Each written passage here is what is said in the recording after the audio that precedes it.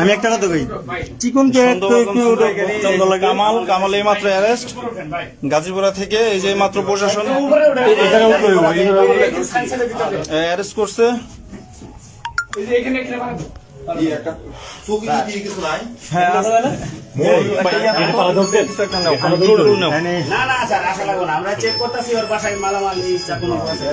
আচ্ছা ঠিক আছে, সব চেক করে